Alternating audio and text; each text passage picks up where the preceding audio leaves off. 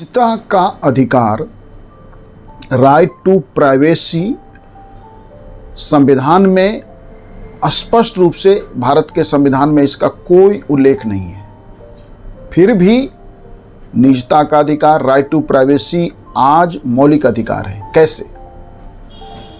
तो इस संदर्भ में सुप्रीम कोर्ट के अलग अलग विरोधाभासी फैसले आए। जैसे 1958 में शर्मा का केस है, 1961 में खरक सिंह केस में सुप्रीम कोर्ट ने इसे मौलिक अधिकार नहीं माना, वहीं कुछ मामलों में इसे मौलिक अधिकार माना। तो विरोधाभासी जो है फैसले थे, लेकिन सुप्रीम कोर्ट ने 24 अगस्त 2017 को न्यायमूर्ति के एस पुट्टास्वामी, सेवानिवृत्त रिटायर्ड जज, बनाम भारत संघ के मामले में राइट टू प्राइवेसी को मौलिक अधिकार बताया। यह 9 जजों की बेंच का फैसला था। भारत में बहुत कम मामले हैं जहां 5 से अधिक जजों का बेंच बनता है। वैसे हम जानते हैं कि सबसे बड़ा बेंच केशवानंद भारती में 13 जजों का बेंच बना था। यह भी 9 जजों की बेंच का फैसला है, जिसे उस समय के मुख्य न्यायाधीश जस्टिस J.S. खेहर की अध्यक्षता में फैसला आया था।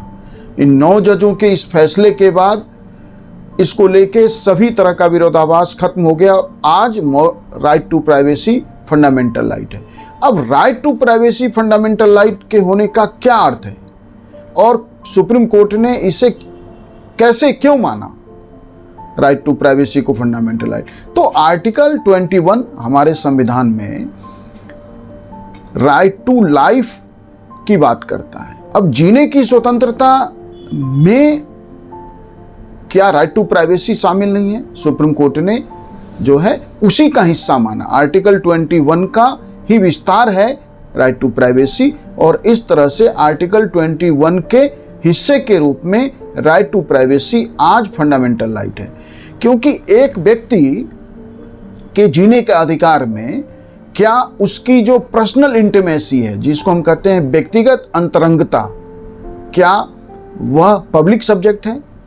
क्या उसे अपने व्यक्तिगत अंतरंगता को, अपनी पर्सनल इंटीमेसी को जो है क्या पब्लिक यदि कोई कर रहा है या उसकी मर्जी के विरुद्ध ऐसी सूचनाएं सार्वजनिक की जा रही है, तो क्या उसे ऐसे करने देना चाहिए? नहीं, क्योंकि यह जीने के अधिकार का हिस्सा माना है सुप्रीम कोर्ट ने। क्योंकि पर्सनल इंटीमेसी जो है व्यक्ति का, वह व्यक्ति यदि उसे जो है निजी रखना चाहता है, प्राइवेट रखना चाहता है, तो राज्य, व्यक्ति या किसी संस्था को यह अधिकार नहीं है कि उसे वह पब्लिक करे।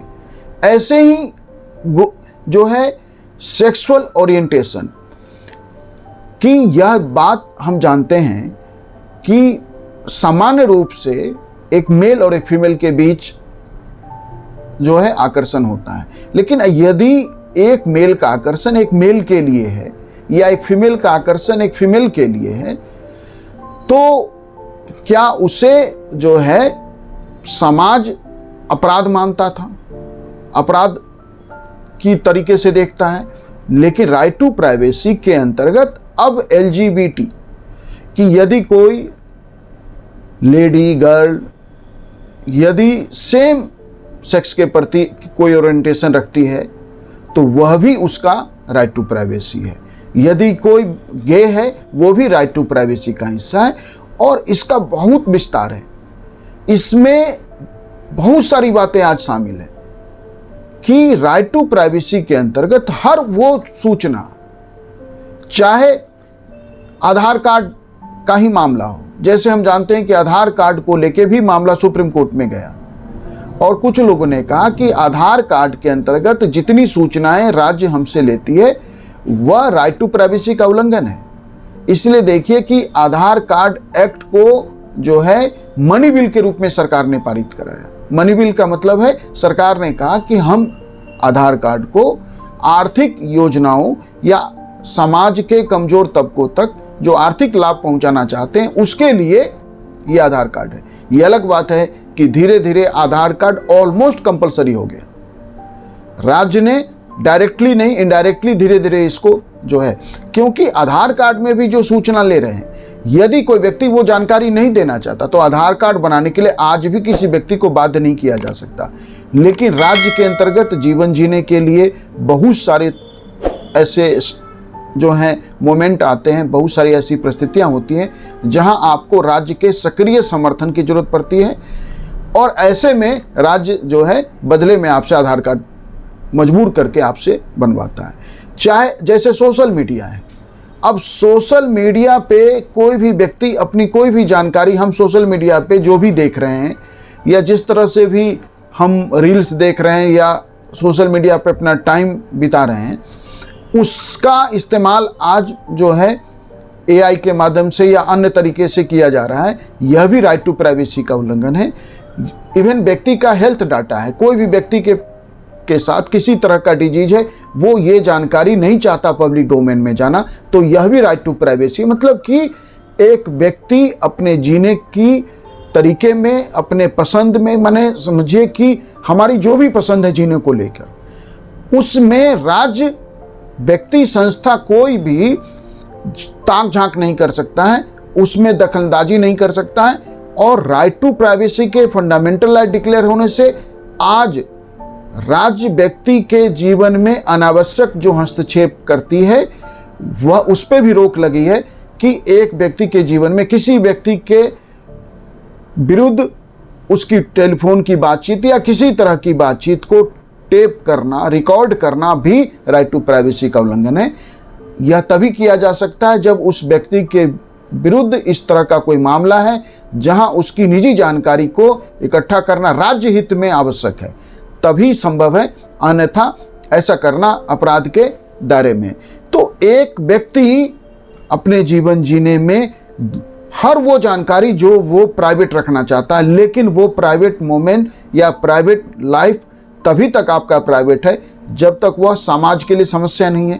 यदि एक व्यक्ति अपने जो है ड्रग्स को प्राइवेट रखना चाहता है कि वो ड्रग्स रखता है घर में या ड्रग्स लेता है, ये जो है राइट टू प्राइवेसी नहीं है। तो जहाँ तक आप सामाजिक व्यवस्था को भंग किए बिना, जहाँ तक राज्य के लिए आपका कोई आदत, आपका कोई व्यवहार खतरा नहीं है, वहाँ तक right to privacy fundamental right है। उसमें सभी तरह की पसंद शामिल है, चाहे वो इंटीमेसी का हो, चाहे वो सेक्सुअल ओरिएंटेशन का हो, या खान पान का हो, या हेल्थ का हो, या अपनी कोई अन्य निजी जानकारी हो। तो आज राइट टू प्राइवेसी भारत के नागरिकों का महत्वपूर्ण मौलिक अधिकार है, और जिसको राज्य भी खत्म नहीं कर सकती है, जिसे राज्य भी बदल नहीं सकती है। ये अलग बात है कि राज्य ने जिस तरह से कानूनों का निर्माण किया है कि आज एक व्यक्ति की निजी जानकारी जिस तरह से पब्लिक डोमेन में चली जाती है और राज्य रोक नहीं पाती है, तो ये स्टेट सिस्टम का फेलियर है।